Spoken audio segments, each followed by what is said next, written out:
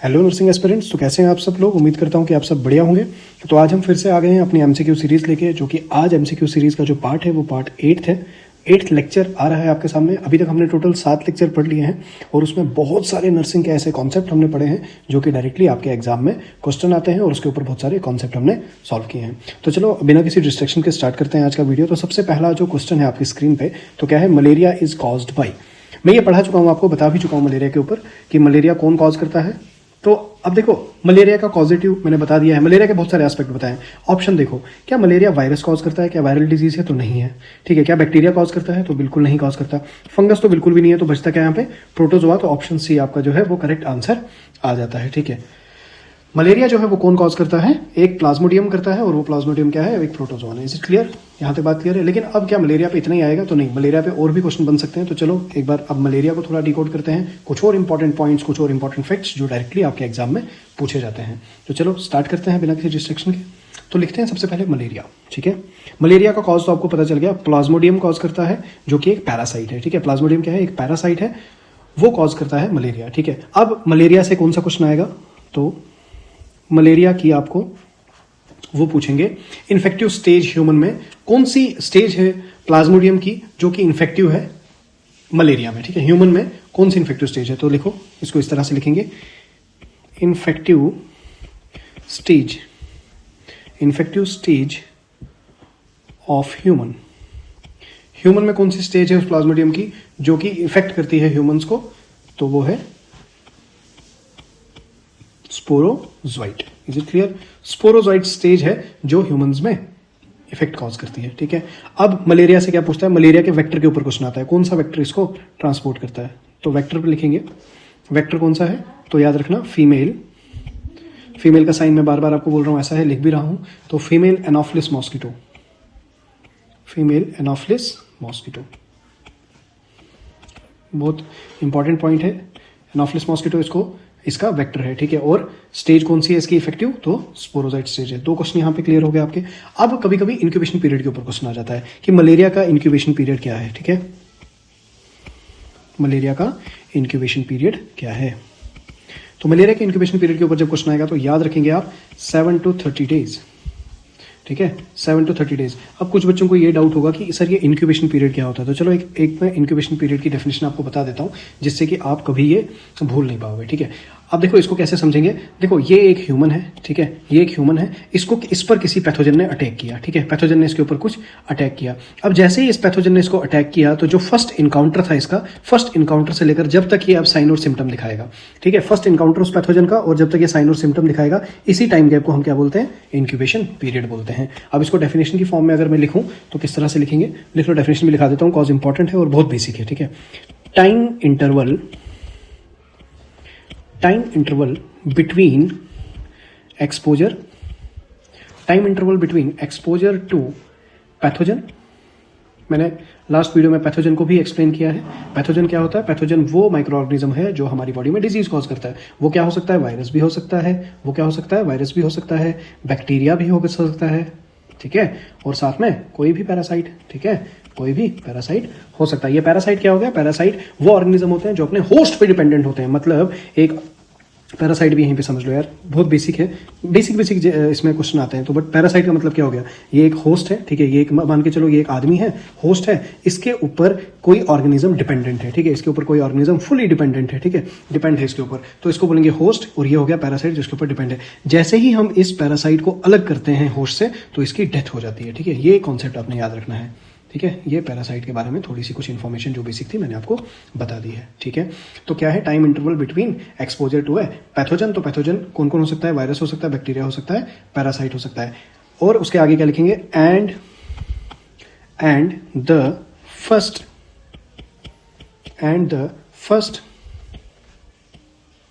Appearance of symptom. ठीक है।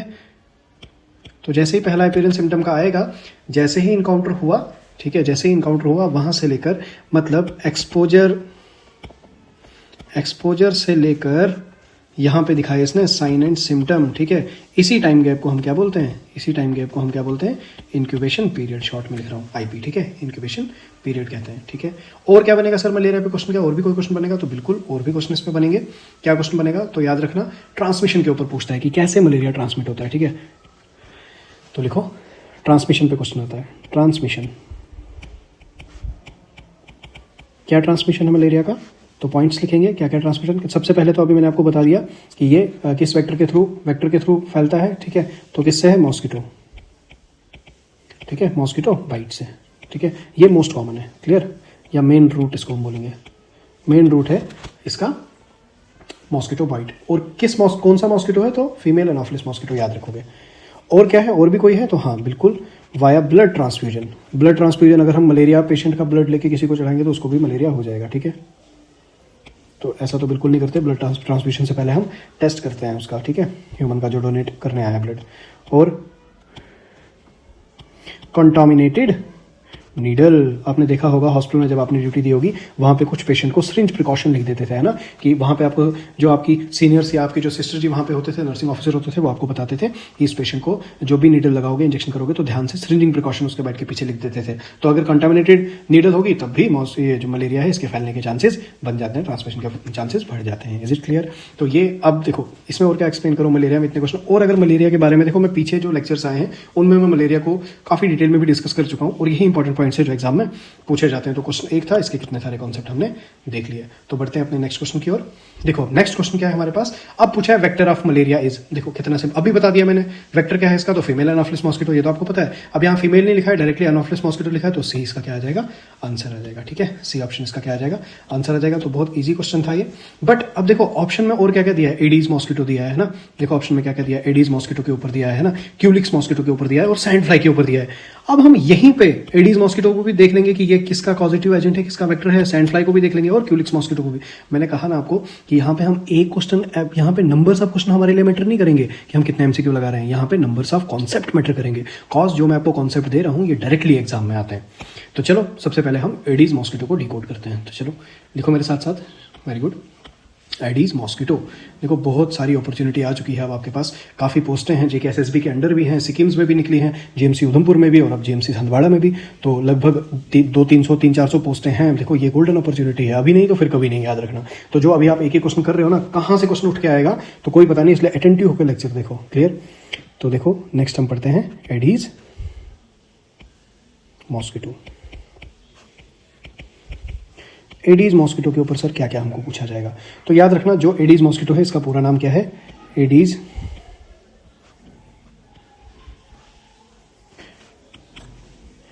AEGYPTI इजिप्टी, ठीक है, एडीज इजिप्टी। सीधा पूछेगा आपको, या तो इसका नाम पूछेगा या तो इसकी ट्रांसमिशन पूछेगा, क्या क्या ट्रांसमिट करेगा। तो ट्रांसमिट, क्या क्या ट्रांसमिट करता है, तो ध्यान से लिखेंगे, याद रखना डेंगू का वायरस, ठीक है। यहाँ से आपको एक चीज़ और क्लियर हो गई, जो डेंगू डिजीज़ है वो कौन सी डिजीज़ है, वायरल डिजीज़ है। और कौन सा वायरस इसको, कौन इसको स्प्रेड करता है, कौन ट्रांसमिट करता है, तो एडीज इजिप्टी इसको ट्रांसमिट करता है, या एडीज मॉस्किटो इसको लिखते हैं, ठीक है, समझ आ गया। अब डेंगू वायरस है, और भी करता है क्या सर कोई, बिल्कुल करता है, येलो फीवर वायरस, ठीक है, येलो फीवर वायरस को एडीज मॉस्किटो फैलाता है, और चिकनगुनिया को भी, ठीक है। देखो ये जो भी एक एक पॉइंट लिख रहे हैं ना, ये अपने आप में क्वेश्चन है भाई, चिकनगुनिया वायरस और जीका वायरस, ठीक है। तो यहाँ पे एडीज मॉस्किटो के हमने क्या क्या पढ़ लिया, ट्रांसमिट क्या क्या करता है, ठीक है, समझ आ गया। नेक्स्ट क्या था हमारे पास, नेक्स्ट हमारे पास है क्यूलिक्स। एडीज हो गया, अब क्यूलिक्स को थोड़ा एक्सप्लेन करते हैं। तो चलो लिखो क्यूलिक्स मॉस्किटो, शॉर्ट में लिख रहा हूँ मैं, क्यूलिक्स मॉस्किटो को मैं एम लिख रहा हूँ, क्लियर। आप पूरा लिखना नोट्स में। तो क्यूलिक्स मॉस्किटो क्या है, क्यूलिक्स मॉस्किटो क्या क्या कॉज करेगा या ट्रांसमिट करेगा, तो याद रखना क्यूलिक्स मॉस्किटो जो है वो क्या क्या कॉज करता है या ट्रांसमिट करता है, तो याद रखना वेस्ट नाइल, ठीक है, वेस्ट नाइल वायरस। और सबसे इंपॉर्टेंट, बहुत बार एग्जाम में आया है, जापानीज एन्सेफेलाइटिस, ठीक है, जापानीज एनकेफेलाइटिस, ठीक है, Japanese encephalitis. And most important lymphatic filariasis, ठीक है, जिसको हम हाथी पांव भी बोलते हैं, एलिफेंटोसिस भी बोलते हैं, ठीक है, लिम्फेटिक फिलेरियासिस, या इसको हम क्या बोलते हैं, एलिफेंटासिस, हाथी पाँव, ठीक है, पैर एकदम सूज जाता है, फूल जाता है, हाथी पाँव की समस्या बन जाती है। तो क्यूलिक्स मॉस्किटो का हो गया। और क्या था हमारे पास, तो चलो सैंड फ्लाई को भी थोड़ा सा डिस्कस कर लेता हूँ मैं। देखो क्वेश्चन एक ही था बट हमने इसके कितने एस्पेक्ट देख लिए, ठीक है बेटा। सैंड फ्लाई, सैंड फ्लाइज के ऊपर बात करेंगे। ये सैंड फ्लाई क्या क्या ट्रांसमिट करता है, चलो सैंड फ्लाई क्या क्या ट्रांसमिट करता है तो समझो। सैंड फ्लाई क्या क्या ट्रांसमिट करता है तो याद रखना,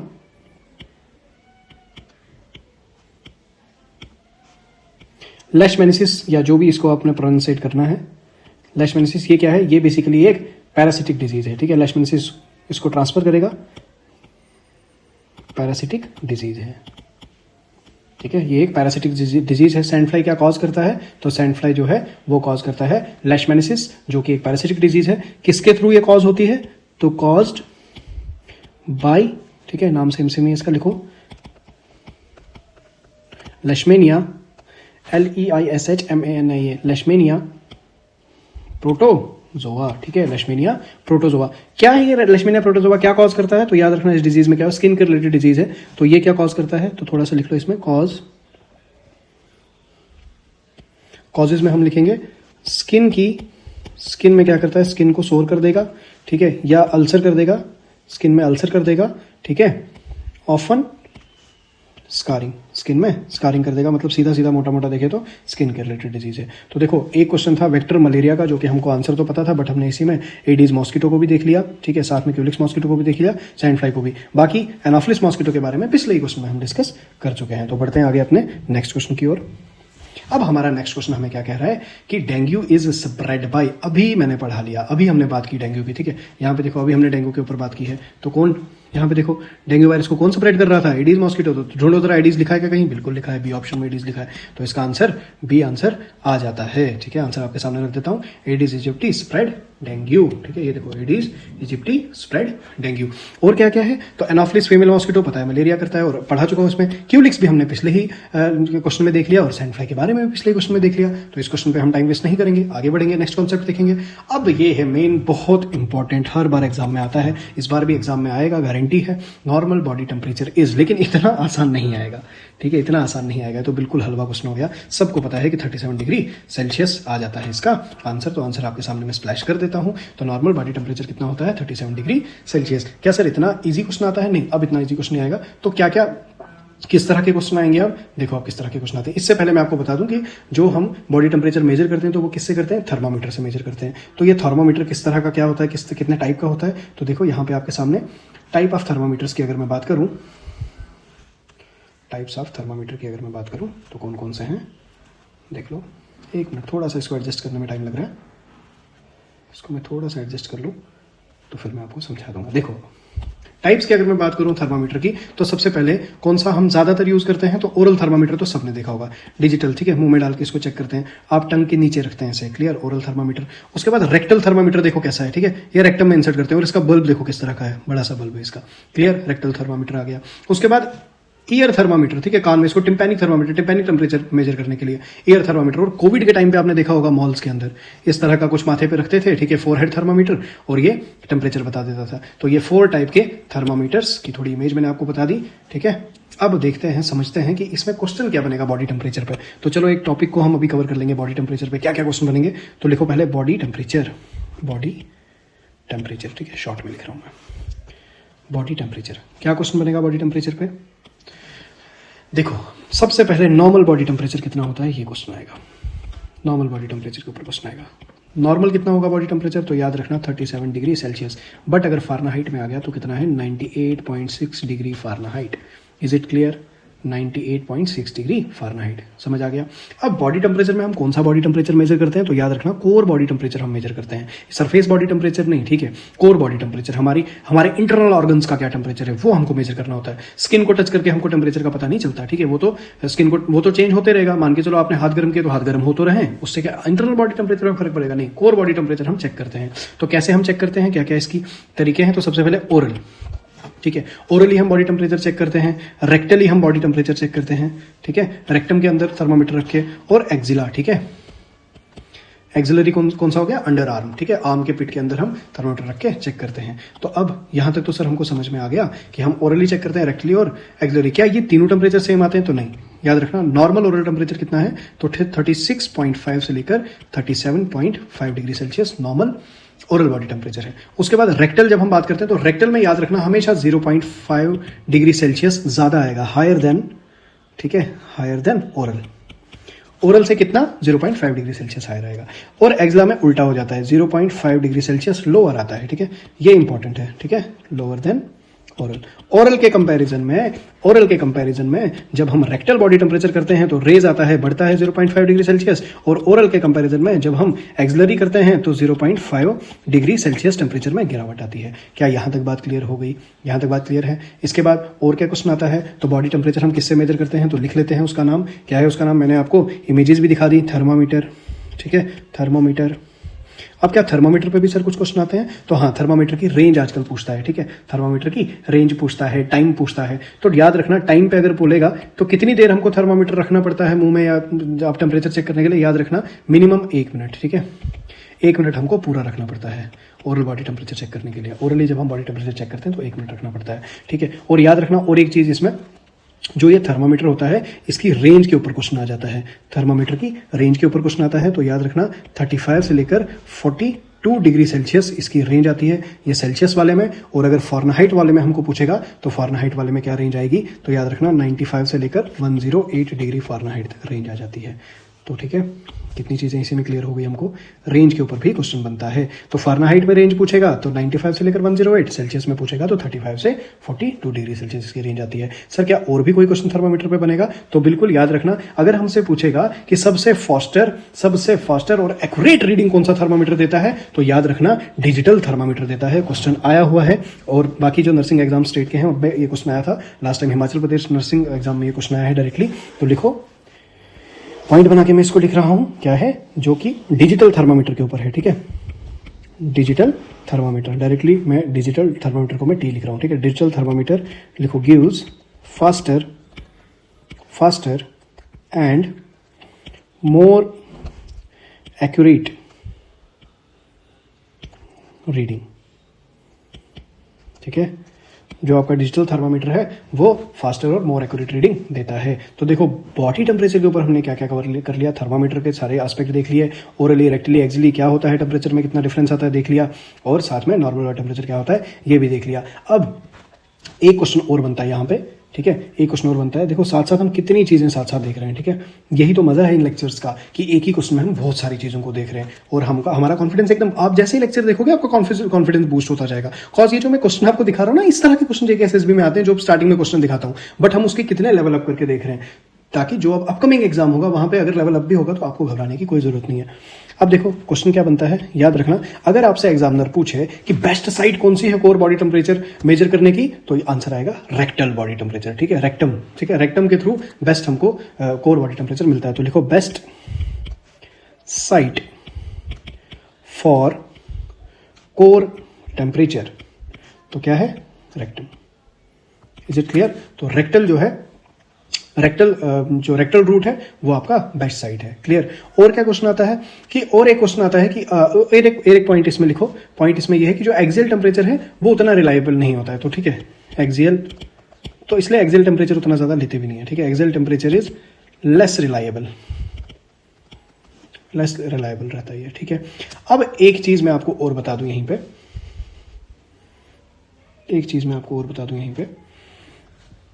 वो क्या है, अब हम अगर देखो, टेम्परेचर ये तो नॉर्मल आ गया, जब टेम्परेचर बढ़ता है तो हम क्या बोलते हैं, फीवर बोलते हैं। ये तो आपको सबको पता है कि बुखार को हम फीवर बोलते हैं, बट मेडिकल टर्म में ना अब आप फीवर नहीं बोलोगे, ठीक है, अब हम क्या बोलेंगे, इसको हम पायरेक्सिया बोलते हैं, ठीक है। थोड़ी जो हम मेडिकल लैंग्वेज में अगर हम बात करें तो हम फीवर को क्या बोलते हैं, पायरेक्सिया बोलते हैं। तो लिखो, फीवर को हम क्या बोलते हैं, पायरेक्सिया। फीवर को क्या बोलते हैं, पायरेक्सिया बोलते हैं। इस पायरेक्सिया में क्या होता है, पायरेक्सिया में टेम्परेचर बढ़ जाता है, कितना बढ़ जाता है, मोर देन 38 डिग्री सेल्सियस, या अगर फारेनहाइट में पूछें तो more than 100.4 degree Fahrenheit. Is it clear? ठीक है, मोर देन 100.4 डिग्री फारेनहाइट। क्या यहां तक बात क्लियर हो गई? ठीक है। अब एक चीज है टेम्परेचर का बढ़ना, इसको हम बोलेंगे फीवर, और दूसरी चीज में, दूसरे टर्म में एक चीज और आती है कि हाइपर पायरेक्सिया क्या होता है, ठीक है। हाइपर और हाइपो से क्वेश्चन आता है। हाइपर पायरेक्सिया, हाइपर पायरेक्सिया का मतलब क्या हो गया? हाइपर पायरेक्सिया का मतलब हो गया टेम्परेचर का बढ़ना, कितना? More than 41 degree Celsius. और हाइपो पायरेक्सिया, हाइपर मीन्स बढ़ना, हाइपो मीन्स कम होना। तो hypothermia, thermia means thermal means temperature, hypothermia का मतलब क्या हो गया? टेम्परेचर का कम होना। कितना कम होना? लेस देन 35 डिग्री सेल्सियस, इसको बोलते हैं हाइपोथर्मिया। अब एक चीज आपको पूछी जाएगी, एक चीज आपको जरूर पूछी जाएगी एग्जाम में कि आपकी बॉडी में टेम्परेचर को मेंटेन करने का ठेका किसका है, ये काम किसका है? तो याद रखना, हमारी बॉडी में टेम्परेचर मेंटेन करने का काम हाइपोथैलेमस का है। तो इसको ऐसे लिखो, टेम्परेचर मेंटेन, ठीक है। कौन मेंटेन करता है? Maintain by hypothalamus. तो हाइपोथैलेमस है आपको बॉडी में टेम्परेचर मेंटेन करता है। तो अगर हम एंटीपायरेटिक ड्रग खाएंगे, एंटीपायरेटिक मतलब एंटी मीन्स खिलाफ, पायरेटिक मीन्स टेम्परेचर के खिलाफ, ठीक है। अगर हम एंटीपायरेटिक ड्रग लेंगे तो एंटीपायरेटिक ड्रग किस पे एक्ट करेगी? एक्ट ऑन हाइपोथैलेमस पे एक्ट करेगी। क्या समझ में आ गया? अब एक क्वेश्चन यहां पे पूछता है हमको, ये काफी बार देखा गया एग्जाम में, कि न्यूबॉर्न जो है अपनी बॉडी से टेम्परेचर का लॉस सबसे ज्यादा किसके थ्रू करता है? तो लिखो, यहां पे लिखते हैं, इसकी कहानी यहां पे लिख लेते हैं।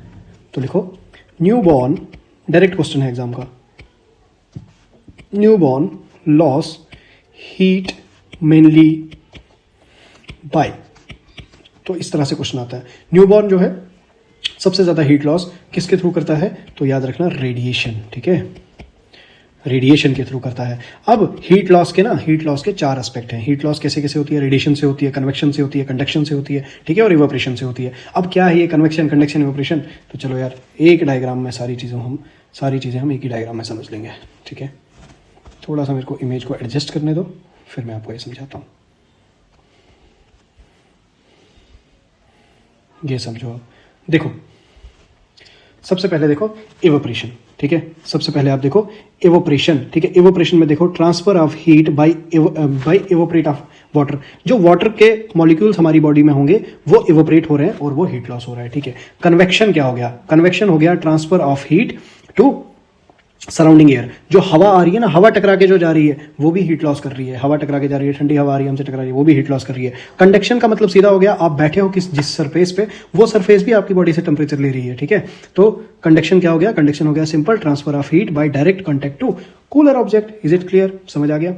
अब एक है रेडिएशन, जो कि मेन, मैंने अभी आपको रेडिएशन बताया कि यहीं से बेबी में हीट लॉस जो है मेनली कहां से होता है? रेडिएशन से होता है। तो रेडिएशन क्या हो गया? Transfer of heat via electromagnetic wave to cooler environment. याद रखना, कौन सी वेव क्वेश्चन आता है वेव से? तो इलेक्ट्रोमैग्नेटिक वेव से। तो रेडिएशन क्या हो गया? यहां से हम कंटिन्यूसली हीट लॉस कर ही रहे होते हैं इलेक्ट्रोमैग्नेटिक वेव के through. Is it clear? Cooler environment मतलब, अगर आप देखो, सर्दियों में हमको गर्म कपड़े लगाने पड़ते हैं। रीजन, क्योंकि सर्दियों में बाहर का टेम्परेचर बहुत कम होता है। अगर कपड़े नहीं लगे होंगे तो रेडिएशन के थ्रू बहुत ज्यादा हीट लॉस होगा और हाइपोथर्मिया की कंडीशन बन जाएगी।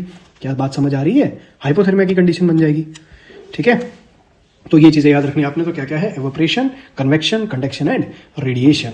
तो ये 4 चीजें हैं, यहां से भी क्वेश्चन बनता है। तो देखो, एक बॉडी टेम्परेचर था, इसकी हमने कितनी सारी चीजें एक साथ क्लियर कर दी।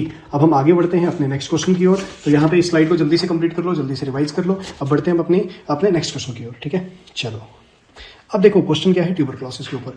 ये ट्यूबरक्लोसिस जो है, मैं अपने प्रीवियस लेक्चर में, अब मुझे याद नहीं कौन से लेक्चर में, लेक्चर 4th या 5th या तो 6th, इसमें मैंने ट्यूबरक्लोसिस को डिटेल में पढ़ा लिया है, ठीक है। तो इजी है, बहुत इजी क्वेश्चन है यहाँ पे। ट्यूबरक्लोसिस किसको इफेक्ट करता है? आपको पता है कि लंग्स को इफेक्ट करता है। क्या इतना सिंपल क्वेश्चन आएगा? नहीं, इतना भूला नहीं है अब आपका एग्जामिनर, ठीक है। अब क्वेश्चन जो है वो थोड़े से टफ आ रहे हैं, ठीक है। तो टीवी में पढ़ा चुका हूं, जाके देख लेना मेरे भाई, ठीक है। तो लंग्स इसका आंसर आ जाएगा ट्यूबरक्लोसिस के ऊपर। और क्या क्वेश्चन बनेंगे लेक्चर में है, अगर आप देखा है तो कोई इशू नहीं। क्यों मैं फिर से यहाँ ट्यूबरक्लोसिस बताऊंगा तो बोरिंग हो जाएगी यार क्लास। तो मुझे और जो पॉइंट बताने हैं वो रह जाएंगे और टीवी में ही फंसे रह जाएंगे हम। तो नेक्स्ट क्वेश्चन में अब आगे बढ़ते हैं। नेक्स्ट क्वेश्चन क्या है? ये आ गया ना क्वेश्चन समझने वाला, और यहाँ से क्वेश्चन बनते हैं। डॉट्स इज रिलेटेड टू, आपने, मुझे पता है कि आपको पता चल चुका है इसका आंसर, ठीक है। तो टीबी में हम क्या करते हैं? डॉट थेरेपी देते हैं, ठीक है, डॉट्स देते हैं। तो देखो आंसर इसका क्या है? Dot is TB treatment strategy, ठीक है। डॉट क्या है? टीबी को ट्रीट करने के लिए स्ट्रेटर्जी है, जिसको हम क्या कहते हैं? डॉट कहते हैं। क्या सर ऐसा क्वेश्चन आएगा? नहीं, इतना ईजी नहीं आएगा। थोड़ा सा डॉट के ऊपर हमको और कुछ पॉइंट्स जानने पड़ेंगे जो डायरेक्टली एग्जाम में आते हैं। तो चलो डॉट्स को डिकोड करते हैं। चलो लिखो, साथ साथ लिखते जाओ भाई। और एक चीज़ याद रखना, मैं बार बार चीज़ों को रिपीट इसीलिए करता हूँ क्योंकि आपको लेक्चर के दौरान ही चीज़ें याद हो जाए, ताकि जब आप नेक्स्ट टाइम नोट्स पढ़ो तो आपको वो पहले ही रिटेन रहे ब्रेन में। लेक्चर को थोड़ा अटेंटिव होकर देखा करो ताकि ये सारी चीज़ें आपको अभी याद हो जाए। क्लियर? तो डॉट्स, DOTS। सबसे पहले तो हमको इसकी फुल फॉर्म पता होनी चाहिए। तो क्या है डॉट की फुल फॉर्म? तो लिखेंगे साथ साथ, directly observed treatment short course. Is it clear? Directly observe treatment short course, ये डॉट की फुल फॉर्म है। अब डॉट जो है कौन रिकमेंड करता है, क्या है ये? तो लिखो WHO, World Health Organization recommended. WHO ने ये रिकमेंड की है, रिकमेंडेड स्ट्रेटजी है बेसिकली है। ठीक है, याद रखना स्ट्रेटजी से क्वेश्चन बनेगा कि ये डॉट क्या है। कुछ ऑप्शन में भेज देता है कि डॉट ड्रग है और बच्चों को लगता है कि हाँ ये ड्रग है। यार ड्रग नहीं है, ये बेसिकली क्या है, ये एक स्ट्रेटजी है। ठीक है, तो लिखो WHO रिकमेंडेड स्ट्रेटजी फॉर, किसके लिए है ये? टीबी को कंट्रोल करने के लिए, for TB control. Is it clear? यहां तक बात क्लियर है? अब ये डॉट जो है ये इंडिया में लॉन्च किसके अंडर हुआ था, क्वेश्चन आता है। ठीक है, इंडिया में किसके अंदर लॉन्च हुआ था, ये क्वेश्चन मैंने बहुत बार देखा है। तो लिखो लॉन्च, ठीक है, लॉन्च्ड इन इंडिया। ये इंडिया में लॉन्च हुआ किसके अंडर? तो अंडर RNTCP। ठीक है, RNTCP क्या है? RNTCP पढ़ा चुका हूं प्रीवियस लेक्चर में, चलो फिर से बता देता हूं। RNTCP क्या है? ये revised national tuberculosis control programme है। लिखो फुल फॉर्म, रिवाइज्ड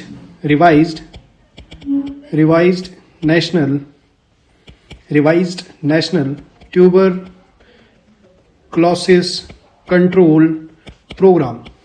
ठीक है, revised national tuberculosis control programme. लेकिन अब हम इसको NTPC के नाम से नहीं जानते, RNTPC के नाम से नहीं जानते, अब ये चेंज हो चुका है। अब हम इसको इंडिया में क्या करंट टीबी प्रोग्राम चल रहा है? तो याद रखना इंडिया में करंट अभी चल रहा है NTEP, क्योंकि कंट्रोल तो हम कर चुके हैं, कंट्रोल अब हम कर चुके हैं, अब हमको एलिमिनेट करना है, खत्म करना है, जड़ से खत्म करना है टीबी को। तो फुल फॉर्म लिखेंगे नेशनल टीबी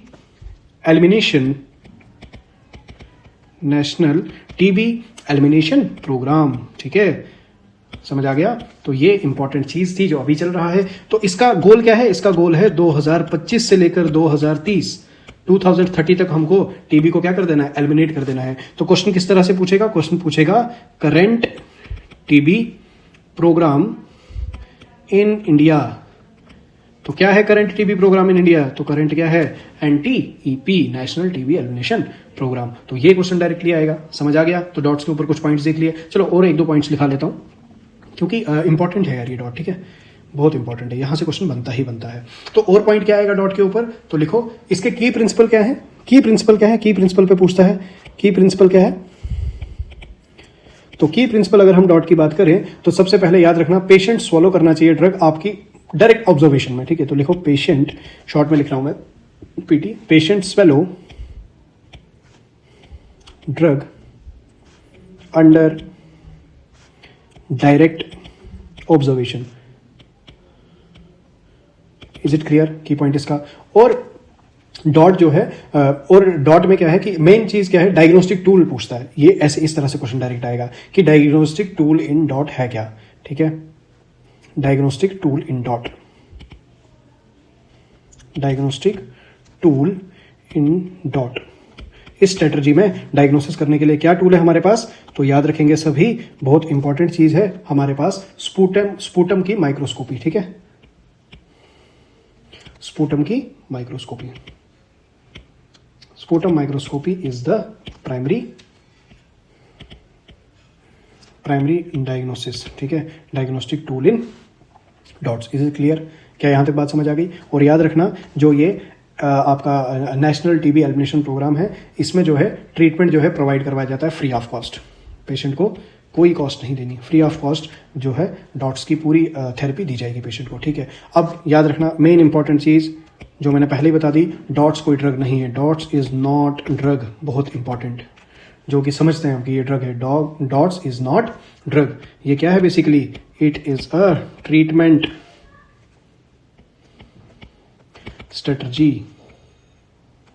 तो डॉट्स क्या है, डॉट्स एक ट्रीटमेंट करने की स्ट्रेटजी है, प्लानिंग है। तो क्या यहाँ तक क्लियर हो गया? तो डॉट्स जो है वो रिलेटेड किसके है, डॉट रिलेटेड है टीबी के। अब मलेरिया के ऊपर हम बात कर चुके हैं पिछले ही कुछ क्वेश्चन में और पिछले टॉपिक्स में मलेरिया को बहुत ज़्यादा मैं डिफाइन कर चुका हूँ, इवन मैं HIV को भी डिफाइन कर चुका हूँ अपने पिछले लेक्चर्स में, बट फिर भी चलो HIV काफ़ी इंपॉर्टेंट है तो इसके कुछ पॉइंट्स मैं आपको ज़रूर यहाँ पे लिखाऊंगा। हाँ, लेप्रोसी जो है ये हमने डिफाइन नहीं किया है अभी तक, लेप्रोसी को यहाँ पे डिफाइन करूंगा मैं। तो चलो अब हम आगे बढ़ते हैं लेप्रोसी के ऊपर, पहले HIV को समझते हैं। स्पेस मेरे पास यहाँ पे है नहीं, बनाएं क्या, बनेगी नहीं बनेगी, मिटा दूँ इसको थोड़ा सा। चलो मैं इसको रब कर रहा हूँ डॉट को, आपने तो लिख लिया होगा, अगर नहीं भी लिखा है तो आप वीडियो को आगे पीछे कर सकते हो। तो चलो थोड़ी सी स्पेस बनाते हैं अपने लिए ताकि हम चीज़ों को एक्सप्लेन करें, कॉज वो खिचड़ी पक जाती है तो फिर वो मज़ा नहीं आता। तो अब हम पढ़ेंगे HIV को, HIV के कुछ इंपॉर्टेंट पॉइंट्स जो कि एग्जाम में आते हैं। सबसे पहले इसकी full form human immuno deficiency virus. कौन सा वायरस होता है ये? Human immuno deficiency. नाम से पता चल रहा है, इम्यूनो मतलब इम्यून सिस्टम, डेफिशिएंट मतलब उसको एफिशिएंट नहीं रहने देगा, ठीक है। कौन सा वायरस होता है HIV वायरस? तो यहाँ से क्वेश्चन आता है, याद रखना, रेट्रो वायरस होता है, ठीक है, रेट्रो वायरस होता है, ठीक है, ये क्वेश्चन आता है। या और क्वेश्चन आएगा HIV वायरस किस सेल को टारगेट करता है, तो टारगेटिंग सेल पे क्वेश्चन आता है, ठीक है। किस सेल को टारगेट करता है? तो टारगेट सेल ऑफ HIV, इस तरह से क्वेश्चन आता है। तो टारगेट सेल ऑफ HIV याद रखेंगे सभी भाई, लिखो CD4, ठीक है, CD4 T लिम्फोसाइट। क्वेश्चन आ चुका है, बहुत इंपॉर्टेंट है ये, ठीक है। CD4 T लिम्फोसाइट को टारगेट करता है, यहां से क्वेश्चन आ जाता है। और ट्रांसमिशन से क्वेश्चन आता है, कैसे फैलता है ये, ठीक है। और कहां से क्वेश्चन आता है? और ट्रांसमिशन से क्वेश्चन आता है। ट्रांसमिशन कैसे होता है? तो याद रखना, ब्लड के थ्रू ट्रांसमिशन होगा, सेक्सुअल कांटेक्ट के थ्रू ट्रांसमिशन होगा, ठीक है। और कहां से होगा? मदर से चाइल्ड में, ठीक है, मदर टू चाइल्ड ट्रांसमिशन होता है इसका। Is it clear? अब एक मिथ है हमारे पास। मिथ्स क्या है? वो मिथ्स जहां से क्वेश्चन पूछता है कि ये ट्रांसफर यहां से होता है, कैजुअल कॉन्टेक्ट से ट्रांसफर होता है, मॉस्किटो बाइट से होता है, तो बिल्कुल नहीं, याद रखना, नॉट। ये एग्जामिनर्स के ट्रैप है जो मैं अभी लिख रहा हूं, ठीक है, ये ट्रैप डालता है वो ऑप्शन में और हम गलती कर लेते हैं, ठीक है। Not transmit by casual contact, तो इसका मतलब ये नहीं है कि HIV का प्रॉब्लम वाला वो अछूत हो जाएगा, उससे हाथ नहीं मिलाना, अब मिलना नहीं, उससे ऐसा कुछ नहीं है। तो जो आपका कैजुअल कॉन्टेक्ट है इससे HIV नहीं फैलता। और नेक्स्ट, मॉस्किटो बाइट जैसा ऐसी कोई चीज़ नहीं है, ठीक है, मॉस्किटो बाइट से भी ये नहीं फैलता। या उसका हमने खाया हुआ फूड खा लें तो वैसा कुछ, ऐसा बिल्कुल नहीं है, ठीक है। और HIV से कोई क्वेश्चन बनता है सर? बिल्कुल बनता है, डायग्नोसिस से क्वेश्चन पूछता है वो, ठीक है, डायग्नोस्टिक से क्वेश्चन पूछता है कि डायग्नोसिस टेस्ट कौन सा है HIV का। तो याद रखना, बहुत इंपॉर्टेंट है ये, ठीक है, बहुत इंपॉर्टेंट है। तो उस टेस्ट का नाम क्या है? एलिसा, इसको हम बोलते हैं ELISA। फुल फॉर्म क्या है इस ELISA की? तो लिखेंगे एंजाइम लिंक्ड इम्यूनो सॉर्बेंट एसे। फुल फॉर्म क्या है इसकी? एंजाइम लिंक्ड इम्यूनोसॉर्बेंट एसे। तो डायग्नोस्टिक टेस्ट से क्वेश्चन बनता है। और एक चीज कि कंफर्मेटरी टेस्ट कौन सा होता है, यहां से भी क्वेश्चन आया हुआ है, ठीक है। तो डायग्नोस्टिक टेस्ट तो आ गया, अब कंफर्मेटरी किससे कंफर्म होता है? तो लिखो कंफर्मेटरी टेस्ट में हम क्या देखते हैं? कंफर्मेटरी टेस्ट में हम वेस्टर्न ब्लॉट, बस नाम याद रखना है, अब होता क्या इतना डिटेल में नहीं पूछते हैं, ठीक है। वेस्टर्न ब्लॉट जो कि ओल्डर था, लेकिन अब हम अपने नाको प्रोग्राम में कौन सा यूज करते हैं? तो याद रखेंगे 3 टेस्ट स्ट्रेटजी, ठीक है, 3 टेस्ट स्ट्रेटजी। किसके अंडर आता है ये 3 टेस्ट स्ट्रेटजी? तो ये आता है नाको के अंडर, NaCO। ये NaCO है क्या? तो लिखो साथ साथ इसकी फुल फॉर्म भी, कितनी चीजें साथ में लपेटी जा रही हैं, देख लो। नेशनल एड्स कंट्रोल ऑर्गेनाइजेशन, ठीक है, नेशनल एड्स कंट्रोल ऑर्गेनाइजेशन के अंडर ये चीज आती है। तो कंफर्मेटरी टेस्ट भी हो गया। अब ड्रग ऑफ चॉइस क्या है इसमें? अगर किसी को HIV हो गया तो हम ड्रग ऑफ चॉइस क्या देंगे, ड्रग क्या देंगे? तो लिखो यार एक पॉइंट और, ड्रग ऑफ चॉइस इसका यहाँ पे लिखते हैं DOC, शॉर्ट में लिख रहा हूँ मैं, DOC हो गया ड्रग ऑफ चॉइस। याद रखना ART थेरेपी देते हैं हम। ये RT क्या है? ये RT है एंटी रेट्रो वायरल थेरेपी, क्योंकि रेट्रोवायरस है तो उसके खिलाफ देंगे, ठीक है, एंटी रेट्रोवायरस वायरल थेरेपी। याद रखना ART जो है फ्री में प्रोवाइड करवाई जाती है और लाइफ लॉन्ग दी जाती है। तो लिखो provided life long and free under NACO। क्या ये NACO? National AIDS control organisation. Is it clear? क्या यहाँ तक बात क्लियर हो गई? ठीक है। और HIV से कोई क्वेश्चन बनता है? बिल्कुल बनता है। ये मैं आपको बताऊं, जो क्री का एग्जाम हुआ था, एम्स क्री का, पीछे नर्सिंग का, उसमें ना एड्स के ऊपर उसने दुनिया भर के क्वेश्चन पूछ लिए थे, तो मैं उसी के कुछ पॉइंट्स आपको लिखा रहा हूँ। ठीक है, तो अंडर एस्टिमेट मत करो, डायरेक्ट क्वेश्चन बनेगा, मैं आपको बता रहा हूँ, बाद में फिर पछताना मत। तो लिखो, most common opportunistic infection. Most common opportunity infection कौन सी है एड्स की? मतलब अगर एड्स हुआ है तो उस एड्स में कौन सी बीमारी अपना मौका ढूंढ के घुस जाती है, और वो होती ही होती है, तो वो है TB, tuberculosis. Is it clear? क्योंकि इम्यूनिटी वीक होती है इसी वजह से।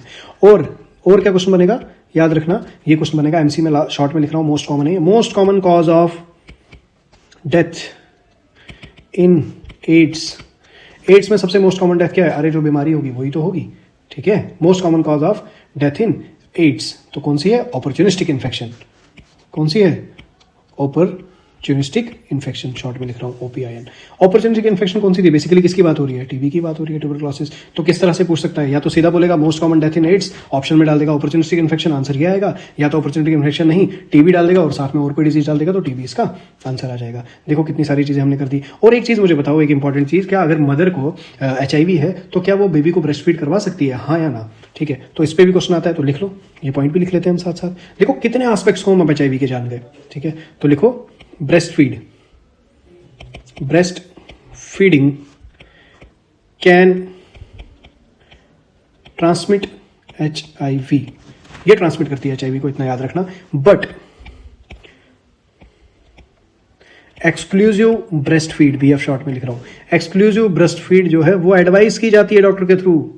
एडवाइस, ऐसा नहीं है कि मदर दूध पिलाना छोड़ देगी। किसके साथ? With ART। मदर जो है वो ART पे होगी। ठीक है, ART क्या हो गया? Anti retroviral therapy.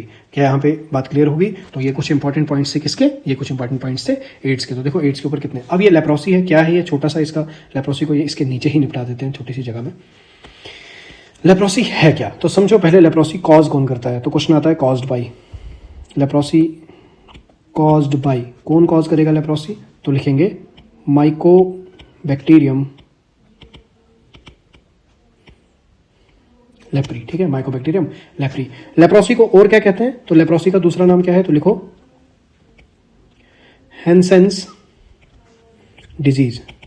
अब हैंसेंस या हैंस डिजीज इसको पढ़ते हैं। ठीक है, ये इफेक्ट क्या करता है? लेप्रोसी क्या इफेक्ट करता है? इसका क्या इफेक्ट है? तो याद रखना, ये इफेक्ट करता है आपकी स्किन को, पेरिफेरल नर्व्स को। तो इफेक्ट किसको करता है? स्किन को एंड पेरिफेरल नर्व्स को। ठीक है, पेरिफेरल नर्व्स को। डायग्नोसिस के ऊपर क्वेश्चन आता है इसके। लेप्रोसी का डायग्नोसिस टेस्ट क्या है? लेप्रोसी का डायग्नोस्टिक टेस्ट क्या है? तो टेस्ट पे क्वेश्चन आएगा। तो लेप्रोसी का डायग्नोसिस टेस्ट क्या है? Slit skin smear. ठीक है, स्लिट स्किन स्मेयर। तो कितनी सारी चीज़ें हमने यहीं पे कवर कर दी। क्वेश्चन था डॉट पे, देखो क्या क्या देख लिया हमने इसमें। ठीक है, एड्स भी यहीं निपटा दिया, लेप्रोसी भी निपटा दिया, मलेरिया तो हम पढ़ चुके हैं, टीबी भी मैंने यहाँ पढ़ा दिया है, मतलब पीछे जो स्लाइड्स हुई उनमें मैंने टीबी को भी पूरी तरह से एक्सप्लेन कर दिया है। तो अब बढ़ते हैं अपने नेक्स्ट क्वेश्चन की ओर। तो नेक्स्ट क्वेश्चन हमारे स्क्रीन पे क्या है? Vaccine use to prevent polio. बेटा ये वैक्सीन के ऊपर मैं पिछले लेक्चर्स में बहुत ज़्यादा बोल चुका हूँ और पूरा इम्यूनाइजेशन शेड्यूल का फोटोग्राफ दिखा चुका हूँ, और भी बहुत सारे क्वेश्चन हमने कर लिए हैं। BCG को हमने पूरा पढ़ लिया है, DPT को पढ़ लिया है, OPV को पढ़ लिया है, मीजल्स को पढ़ लिया है। तो सारी चीज़ें मैं पढ़ा चुका हूं। तो ये लेक्चर्स में जंप मत करो, ये लेक्चर कंप्लीट करने के बाद पीछे वाले लेक्चर सारे देख लो। अभी तो अल्टरनेट 2 दिन के बाद वीडियो आ रही है, बट धीरे धीरे जैसे टाइम बढ़ेगा वैसे हम अल्टरनेट डेज में और एक टाइम पे रेगुलर वीडियोस भी आना स्टार्ट करेंगी।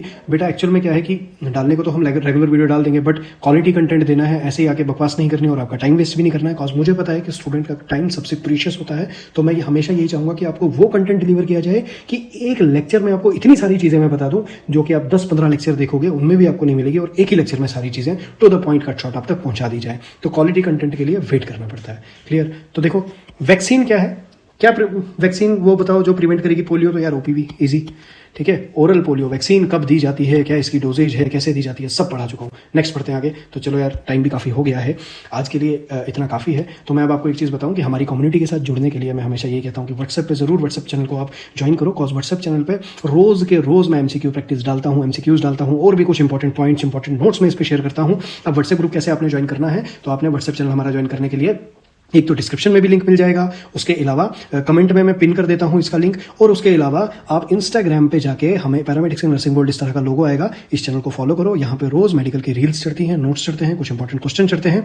इंस्टाग्राम से हमें मैसेज कर सकते हो, डीएम कर सकते हो कि हमें I want join this channel PNW official, तो हम आप उसमें आपको ऐड कर देंगे। और मैं आपको बताऊं, आने वाले टाइम में हम प्लान कर रहे हैं टेस्ट सीरीज का, कि कुछ टेस्ट सीरीज भी बनाई जाए, बट यहाँ पे देखो फ्री ऑफ कॉस्ट रहेगा सब कुछ, मैं आपको पहले प्रॉमिस करता हूँ। फ्री ऑफ कॉस्ट आपको अभी जो JKSSB के जो भी एग्जाम आ रहे हैं उसमें फ्री ऑफ कॉस्ट चीजें हम प्रोवाइड करने की कोशिश करेंगे ताकि सब तक पहुंचे। आप क्या करना है, चैनल को ज्वाइन करना है, इस पे आपको डेली प्रैक्टिस पेपर, ठीक है, DPPs को हम प्लान कर रहे हैं कि आने वाले टाइम में DPPs भी देंगे, जो भी लेक्चर होगा उसके अलावा बहुत सारे क्वेश्चन उसमें, क्योंकि यहाँ पे हम क्वेश्चन कम डिस्कस कर रहे हैं, कॉन्सेप्ट ज्यादा देख रहे हैं। तो एन टाइप ऑफ क्वेश्चन अगर आपको चाहिए तो आपको व्हाट्सएप ग्रुप भी ज्वाइन करना चाहिए, चैनल ज्वाइन करना चाहिए। तो कैसा लगा आपको ये वीडियो, कमेंट सेक्शन में जरूर बताएं। आपके इतने इतने प्यारे जो कमेंट्स आ रहे हैं, हमारे एफर्ट्स को आप देख रहे हो और हमें अप्रिशिएट कर रहे हो, ये हमें काफी ज्यादा बूस्ट करता है और हमारी टीम को काम करने के लिए मजबूर कर देता है। इसीलिए ये MCQ सीरीज जो है ये कंटिन्यू चल रही है। तो प्लीज अपना महत्वपूर्ण कमेंट दें और अगर कोई सजेशन हो वो भी हमें दें। थैंक यू सो मच, मिलते हैं।